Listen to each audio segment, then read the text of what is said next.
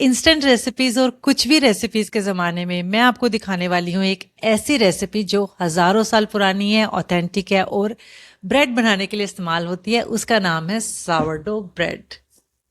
बाहर से हमारी सावरडो ब्रेड कुछ इस तरीके से दिखती है और अगर मैं आपको इसका एक स्लाइस दिखाऊं तो वो कुछ इस तरीके से दिखता है और खाने में ये इतनी टेस्टी होती है कि अगर आपको एक बार इस ब्रेड को खाने की आदत होगी तो आप बाहर की ब्रेड कभी भी नहीं खरीदेंगे। और हेल्थ बेनिफिट्स तो कर इसके हैं ही हैं, जिसके लिए मैंने एक वीडियो बनाया था, उसका लिंक डिस्क्रिप्शन बॉक्स में है और आगे मैं आपको रेसिपी दिखाने वाली हूँ। रेसिपी स्टार्ट करने से पहले मैं कुछ फेक प्रोमिस से आपको दूर रखना चाहती हूँ। अगर आप सावरडो ब्रेड बनाने वाले हैं या सीखना चाहते हैं ना, तो एक बात को ध्यान से सुनिएगा कि आप जो यूट्यूब में या इंस्टा पे जो सावरडो ब्रेड के वीडियोस देखते हैं, वो जो टेक्निक्स हैं और वो जो कला है वो बहुत सारी प्रैक्टिस के बाद आती है। और उस तरह की ब्रेड बनाने के लिए बहुत ही डिफरेंट तरीके के फ्लावर और जो है हाइड्रेशन लेवल यानी कि पानी का जो क्वांटिटी है वो बहुत ज़्यादा मैटर करती है। तो अगर आप ये सोचें कि मैं पहली बारी में वैसी ओपन क्रम्स वाली सावरडो ब्रेड बना लूँ तो ऐसा बिल्कुल भी पॉसिबल नहीं है। मैं आपको खास इसलिए बताना चाहती हूँ कि अगर आप पहली या दूसरी बारी फेल होकर के सावरडो ब्रेड सीखने वालों में से नहीं है, गिव अप करने वालों में से हैं, तो ये वीडियो आपके लिए नहीं है। क्योंकि मैंने पिछले 5 साल में बहुत सारी प्रैक्टिस के बाद जो है सावरडो ब्रेड बनाना सीखा है। और मेरे ऐसे बहुत से दिन आए थे शुरू में जब मेरी सावरडो ब्रेड ऐसी थी कि पत्थर से भी मारो तो वो टूटेगी नहीं। तो अगर तो आप इस तरीके की कमिटमेंट के लिए तैयार हैं तभी आप सावरडो ब्रेड सीखिएगा, नहीं तो टाइम, पैसा और जो है पेशेंस सब वेस्ट होगी। तो ये मैं आपको खास इसलिए बोलना चाह रही थी क्योंकि मैं भी जब वीडियोस देखती थी तो मुझे लगता था कि यार मेरी ब्रेड उनके जैसी क्यों नहीं बन रही है। लेकिन काफ़ी सारी रिसर्च और प्रैक्टिस के बाद मुझे पता चला कि क्या क्या रीजंस है जिसकी वजह से मेरी ब्रेड वैसी नहीं बनती थी। और जो आज मैं जो ब्रेड बना रही हूँ उसके लिए मैंने जो है डिफरेंट तरीके का फ्लावर यूज़ किया है जो सावरडो ब्रेड के लिए यूज़ होता है। लेकिन मैं आपको एडवाइस करूँगी कि आप शुरू में मैदे से ही जो है नॉर्मल मैदे से ही ब्रेड बनाएं, ताकि जब आप एक बार यूज टू हो जाए इस प्रोसेस के तब आप जो है महंगे फ्लावर में इन्वेस्ट कीजिए। तो चलिए फटाफट से रेसिपी स्टार्ट करते हैं। ये है मेरा स्टार्टर जिसको मैं पिछले 2 से 3 महीने से लगातार फीड करती आ रही हूँ और इसमें से मैं काफ़ी बारी ब्रेड्स बना भी चुकी हूँ। आज की रेसिपी भी मैं इसी स्टार्टर में से बनाऊँगी। लेकिन कभी भी स्टार्टर को हम लोग डायरेक्टली अपनी ब्रेड की रेसिपी के अंदर नहीं ऐड करते हैं, बल्कि इसमें से कुछ हिस्सा हम लोग लेते हैं स्टार्टर का, उसके अंदर फ्रेश फ्लावर और वाटर डाल के एक नया लेविन तैयार करते हैं जिससे कि हम अपनी ब्रेड बनाते हैं।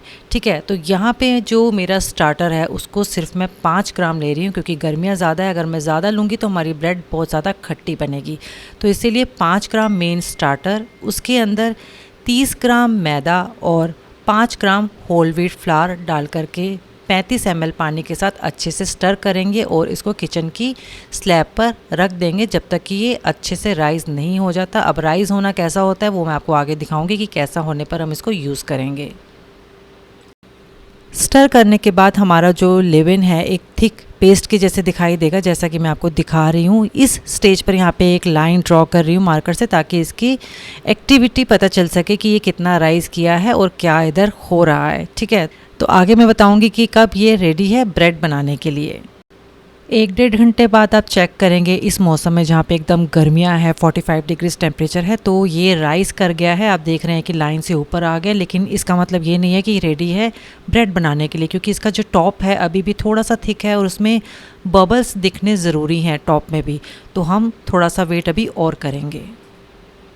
1 से 1.5 घंटे के बाद मैंने चेक किया तो टॉप में भी बबल्स दिखाई देने लग गए थे। टॉप जो था वो भी लूज़ होना शुरू हो गया है, तो इसका मतलब है कि ये रेडी है। अभी बस 10-15 मिनट और लगेंगे इसको तैयार होने में। इस बीच आपको क्या करना है वो हम लोग कर लेते हैं। और लेविन का जो मेरा टाइम लगता है वो 4 से 5 घंटे लगते हैं, क्योंकि यहाँ पे गर्मी बहुत ज़्यादा है, 44 डिग्रीज टेम्परेचर चला जाता है। इस वाले जार पर जो है थोड़ी सी नज़र रखनी पड़ेगी, ऐसा नहीं कि आप इसको रख करके भूल गए।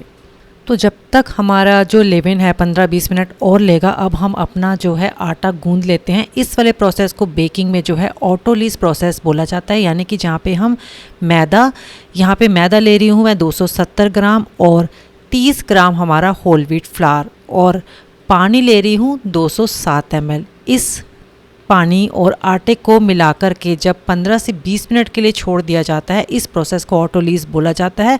और इस प्रोसेस के दौरान जो है हमारा ग्लूटेन, हमारे जो डो में है नेचुरली डेवलप होना शुरू हो जाता है। और ये टेक्निक कोई ऐसी नई टेक्निक नहीं है। अगर आपने कभी अपनी नानी या दादी को भी किचन में कभी काम करते हुए देखा होगा तो देखा होगा कि वो खाना बनाते बनाते आटे को गूंद करके, कच्चा पक्का गूंद करके छोड़ देते थे, और बाद में जब उनका खाना बनाना ख़त्म हो जाता था, रोटी बनाने से पहले उसको अच्छे से नीट करके फिर रोटियां बनाते थे। तो ये एक तरीका है, इसमें ग्लूटेन डेवलप करने का कोई नई चीज़ नहीं है।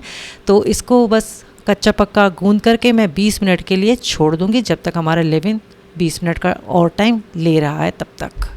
इस बीच एक काम करना और ज़रूरी है, जिसके लिए कि यहाँ पे मैंने 15 ml पानी लिया है। आप 15 ml नहीं लेंगे क्योंकि मेरा स्ट्रॉन्ग फ्लावर है तो वो पानी को एब्जॉर्ब कर सकता है, लेकिन आप नॉर्मल मैदा यूज़ कर रहे हैं तो आप 5 से 6 ग्राम पानी ले करके उसके अंदर 6 ग्राम नमक डाल के मिक्स करके साइड में रख देंगे, क्योंकि ऑटोलीस के टाइम पे हम लोग नमक नहीं ऐड करते हैं, और अगर आप बिना पानी के बाद में नमक ऐड करेंगे तो आपको मिलाने में प्रॉब्लम होगी, इसीलिए ये स्टेप किया जाता है। अब 20 मिनट के बाद अपने लेवेन को भी देख लेते हैं। आप देख सकते हैं कि जो मार्कर की लाइन लगाई थी उससे डबल से भी ज़्यादा हो गया है। ऊपर भी जब आप चेक करेंगे उसका टॉप भी बहुत लूज़ हो गया है, और जो जाली सी है वो बनने लग गई है। आप जब चेक करेंगे तो इसका मतलब है कि ये तैयार है हमारा ब्रेड बनाने के लिए। अब हमने जो ऑटोलीस किया था, यानी कि कच्चा पक्का आटा गूंद करके जो रखा था, उसके अंदर हम लोग जो है ये लेवेन ऐड कर देंगे, और साथ ही में हमने जो नमक का पानी मिलाया था, यानी कि मैंने 15 ml पानी डाला है, आप 7 ml भी ले सकते हैं, 5 ml भी ले सकते हैं 6 ग्राम नमक के साथ। ठीक है, ये वाला नमक वाला पानी भी हम इसके अंदर ऐड कर देंगे, और अब हम जो है इन सबको अच्छे से मिला करके हम लोग नीट करेंगे। अब ये वाला जो स्टेप है थोड़ा सा डिफ़िकल्ट हो सकता है, जो बहुत नए हैं थोड़ा सा स्ट्रगल कर सकते हैं, क्योंकि डो जो है थोड़ा सा स्टिकी होगा इस टाइम पे। तो आप एक बेंच स्क्रैपर अगर आपके पास हैं, बेकिंग करते आ रहे हैं तो वो यूज़ कर सकते हैं, नहीं तो कुछ हमारा जो पलटा होता है, स्पैटुला होता है स्टील का, है ना, उसको भी यूज़ कर सकते हैं, ताकि हाथों से आप एक्स्ट्रा निकाल सकें, नहीं तो आपके हाथ बहुत ज़्यादा स्टिकी हो जाएंगे। और जब लगे कि थोड़ा सा मैसी हो रहा है, आप डील नहीं कर पा रहे हैं, तो आप इसको किचन की स्लैब पर पे रख के भी इसको अच्छे से नीट कर सकते हैं, जैसा कि मैं दिखा रही हूँ। और डिटेल में एक वीडियो है मेरा फोकेशिया ब्रेड का, जिसके अंदर मैंने दिखाया है कि स्टिकी डो को कैसे हैंडल करना है, तो आप वो वाला वीडियो देख करके भी जो है स्टेप्स फॉलो कर सकते हैं। जब हमारा डो नीट हो जाएगा तो उसमें एक अलग सी शाइन दिखेगी, रफनेस नहीं होगी, तो ये पहचान है कि हमारा डो जो है नीट हो चुका है अच्छे से। अब इसको हम किसी बाउल में रखेंगे कांच के, ठीक है, और उसमें हल्का सा वाटर स्प्रे करेंगे बाउल में, बिल्कुल हल्का सा दूर से, ताकि हमारा जो डो है नीचे से चिपके ना। ठीक है, आपको हैंडल करने में इजी होगा। अब इस स्टेज पर हम लोग इसको जो है 45 मिनट्स के लिए कवर करके रख देंगे, और 45 मिनट्स के बाद हम अपना एक पहला स्ट्रेच एंड फोल्ड मेथड करेंगे। ठीक है, अब ये वाला जो स्ट्रेच एंड फोल्ड मेथड होता है, इससे जो है हमारे डो में और ज़्यादा स्ट्रेंथ आती है, ग्लूटेन डेवलप होता है, और हमारा डो जो है अच्छे से राइज कर पाता है। क्योंकि जब आप इसको अभी थोड़ी देर बाद देखेंगे तो आपका डो जो है फ्लैट हो जाएगा, ठीक है, 45 मिनट्स के बाद। लेकिन हर एक स्ट्रेच एंड फोल्ड के बाद आप देखेंगे कि आपका जो डो है वो थोड़ा सा शेप ले पा रहा है और थोड़ा थोड़ा सा राइज करना शुरू हो रहा है। ठीक है, तो ये बहुत ज़रूरी स्टेप्स होते हैं हमारे किसी भी ब्रेड मेकिंग में, खास करके सावर डो में। तो हम 3 स्ट्रेच एंड फोल्ड्स करेंगे हर 45 मिनट्स के इंटरवल में। थर्ड स्ट्रेच एंड फोल्ड के बाद इसको 1 घंटे का रेस्ट देंगे। रेस्ट के बाद हम इसको शेप देना शुरू करेंगे। शेप करने के बाद इसको बेनेटन बास्केट्स में रखा जाता है सावरडो ब्रेड्स को, लेकिन ज़रूरी नहीं है कि आपके पास हो। अगर नहीं है तो स्टील या कांच के बाउल में भी, छोटे वाले बाउल्स में इसको रखा जाता है। ये जो आप क्लॉथ देख रहे हैं ये बेनेटन बास्केट्स के साथ ही आती है, क्योंकि हमेशा इसको इस क्लॉथ के ऊपर रखा जाता है ताकि हमारी जो ब्रेड है वो चिपके ना बर्तन के साथ। तो आपके पास नहीं होगा तो कोई प्रॉब्लम नहीं है, आप कॉटन या मलमल का कोई भी कपड़ा इस्तेमाल कर सकते हैं अपने बर्तन को कवर करने के लिए। बर्तन को कपड़े से कवर करने के बाद हम उस कपड़े के ऊपर जो है अच्छे से मैदा स्प्रिंकल करेंगे ताकि ब्रेड ना चिपके। बहुत अच्छे से करना है, क्योंकि जो भी मैदा भी हम यहाँ पे छिड़क रहे हैं वो सारा बेकिंग के बाद जो है हट जाएगा, कोई प्रॉब्लम नहीं है। इसके बाद जो हमारा डो है जो हमने रखा था 1 घंटे के रेस्ट के लिए, उसको भी हम लोग जो है किचन की स्लैब में हल्का सा स्प्रिंकल करके हमारे मैदे को अपना डो जो है पलटेंगे। ठीक है, अगर नहीं आप मैदा नीचे स्लैब पर डालेंगे तो हमारा जो डो है वो चिपक जाएगा, जिससे कि आपको हैंडल करने में प्रॉब्लम होगी। इसके बाद हम इस डो को 2 पार्ट्स में डिवाइड करेंगे ताकि ईजिली 2 ब्रेड्स बन पाए, नहीं तो एक ब्रेड बहुत बड़ी बनेगी, फिर उसको बर्तन में रखना और बेक करने में प्रॉब्लम होगी। तो इसलिए 2 पार्ट्स में हम इसको जो है डिवाइड कर देंगे। शेप देने के लिए अब जो नीचे वाला पार्ट है वो ऊपर की तरफ आ जाएगा, यानी कि जो रफ़ सरफेस है वो ऊपर की तरफ रहेगा और नीचे की तरफ हमारा स्मूथ वाला पार्ट रहेगा डो का, ठीक है। और अब जिस तरीके से मैं आपको वीडियो में शेप देना दिखा रही हूँ, इसको ठीक वैसे ही करना है। इसमें अभी आपको बहुत ज़्यादा सोचना नहीं है, आपको हल्का हल्का सा इसको रोटेट करना है अंदर की तरफ करके, और आपको जहाँ भी लगे आपके हाथों में चिपक रहा है डो, आप वहीं पे उसमें थोड़ा सा जो है अपने हाथों में मैदा लगा लीजिए। नीचे सरफेस में मैदा लगाइए, ऊपर की तरफ कोशिश कीजिए कि मैदा ना स्प्रिंकल करे। और शेप देने के बाद हम जो हैं इसको थोड़ा सा रोल करेंगे, जिस तरीके से मैं कर रही हूँ। ये सारी चीज़ें देखो प्रैक्टिस से आएंगी। आप सोचें कि एक बारी में आप एकदम परफेक्टली इसको शेप दे दे, तो ऐसा पॉसिबल नहीं है। जैसे जैसे आप इसको बनाते जाएंगे, सीखते जाएंगे, प्रैक्टिस करते जाएंगे, तो ये आपको ईजी लगने लगेगा। तो अभी जिस तरीके से मैं दिखा रही हूँ कोशिश कीजिए कि वैसे करें। अगर नहीं भी कर पाते तो कोई प्रॉब्लम नहीं है, ब्रेड आपकी फिर भी बन ही जाएगी। कुछ इस तरीके से हम लोग शेप देंगे जैसे मैंने आपको दिखाया है। और शेप देने के बाद जो बर्तन हमने तैयार किया था कपड़े के साथ स्प्रिंकल करके मैदा, उसमें हम इसको फर्मेंटेशन के लिए रखेंगे। और जिस तरीके से मैं उठा रही हूँ वैसे उठाएंगे, और जो नीचे वाला पार्ट है ऊपर की तरफ आ जाएगा, ठीक है।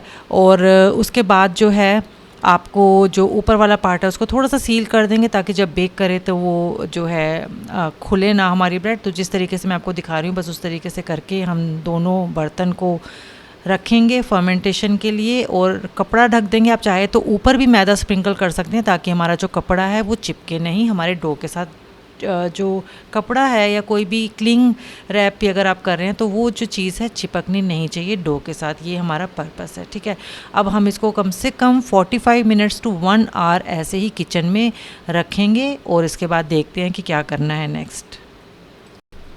45 मिनट्स टू 1 आवर के बाद आप देखेंगे कि आपका जो डो है वो राइज़ होना शुरू हो गया है, ठीक है। अब डिपेंड करता है कि आप कहाँ रहते हैं। जैसा कि मैंने बताया कि अभी गर्मी बहुत ज़्यादा है, तो 45 मिनट्स टू 1 आवर में आपको ये देखने को मिलेगा। अगर ठंडी जगह पे है तो टाइम ज़्यादा लग सकता है, लेकिन जैसे ही आपको लगे कि आपका डो थोड़ा सा राइज़ कर गया, इसको अच्छे से क्लिंग रैप करके या किसी भी पॉली बैग में अच्छे से कवर करके हम इसको फ्रिज के अंदर रख देंगे कोल्ड फर्मेंटेशन के लिए। अब फर्मेंटेशन का प्रोसेस जो है स्लो हो जाएगा, और अब इसको 12 घंटे बाद कोशिश कीजिए कि 12 घंटे के बाद या नेक्स्ट डे जब भी आप मॉर्निंग में उठते हैं उस टाइम पे इसको बेक करेंगे। बेक करने का भी क्या तरीका है वो मैं आपको आगे बताती हूँ। नेक्स्ट मॉर्निंग 12 से 15 घंटे के बाद आप बेक करने से पहले अपनी ब्रेड को बाहर निकालने से पहले फ्रिज से अपने ओवन में एक कास्ट आयरन का पैन रखेंगे बड़ा सा, जिसके ऊपर आपका डो रखा जाएगा, और उसको कवर करने के लिए एक स्टील का बड़ा पतीला जो उसके बराबर है, यानी कि आपके डो थोड़ा सा एक्सपेंड भी करे इतना उसका साइज़ होना चाहिए। उसको प्री हीट करने के लिए रखेंगे 45 मिनट्स तक 200 जितना भी आपका मैक्सिमम टेम्परेचर है। जैसे कि मेरा है 250 पर मैं इसको रख सकती हूँ, अगर आपका नहीं है 230, जो भी मैक्सिमम टेम्परेचर है उस पर इसको प्री हीट करेंगे 45 मिनट्स तक। प्री हीट के बाद फ्रिज से डो निकालने से पहले आप एक ब्लेड, फ्लावर, आइस क्यूब्स और ग्लव्स रेडी रखेंगे क्योंकि आपको इसकी ज़रूरत पड़ेगी। अब आप देखेंगे कि आपका डो जो है राइस हो गया है, लेकिन स्टेबल है क्योंकि फ्रिज में रखा है। अब जो आपने करना था, ग्लूटेन डेवलप करना था, वो सब बहुत अच्छे से करने के बाद अब आपका रिज़ल्ट जो है ब्रेड का वो डिपेंड करता है स्टीमिंग मेथड पर कि कितना अच्छा स्टीम इसके अंदर क्रिएट होता है, जिसके लिए आप अपने डो को इस प्री हीटेड कास्ट आयरन के बर्तन के ऊपर रखेंगे जैसे कि मैं दिखा रही हूँ। फ्लावर डस्ट करेंगे अच्छे से और इसमें कट लगाएंगे ब्लेड से 45 डिग्रीज एंगल पर, कोशिश करेंगे थोड़ा सा तिरछा रख के डीप कट लगाने की, ठीक है। और इसको ओवन में रखेंगे इस पैन को बहुत ध्यान से ग्लव्स पहन के, और साइड्स में जब आप इसको रख देंगे ओवन के अंदर, साइड्स में आप आइस क्यूब्स डालेंगे और चाहे तो वाटर स्प्रे भी साथ में कर सकते हैं, दोनों चीज़ें कर सकते हैं, लेकिन आइस क्यूब्स डालना बहुत ज़रूरी है। और फिर आइस क्यूब्स डालते ही आप इसको पतीले से, जो हमारा स्टील का पतीला है, उससे कवर कर देंगे 15 टू 20 मिनट्स के लिए, क्योंकि अब जो है इसके अंदर स्टीम क्रिएट होगी जो आपकी ब्रेड को राइस करने में हेल्प करेगी। और वो जो ईयर आता है, जो एक ऊपर आता है खुला हुआ सा, जो कट खुलेगा बहुत अच्छे से, वो सारा स्टीम की वजह से होगा। जितनी अच्छी स्टीम होगी उतना अच्छा रिज़ल्ट अब आपका आएगा। फिर 15 मिनट के बाद हम लोग पतीला हटा देंगे क्योंकि हमारी ब्रेड जो है राइस कर गई है। अब जो है हमें इसको अंदर से बेक करना है और इसका जो पानी है वो सुखाना है, जिसके लिए कि हम इसका टेम्परेचर जो है 225 डिग्री के करीब कर देंगे। और जब तक डार्क गोल्डन ब्राउन नहीं हो जाता हमारा ब्रेड, तब तक इसको बेक होने देंगे। और जैसे ही वो हो जाएगा इसको हम लोग बाहर निकालेंगे और ठंडा होने तक इसका इंतज़ार करेंगे कट करने से पहले।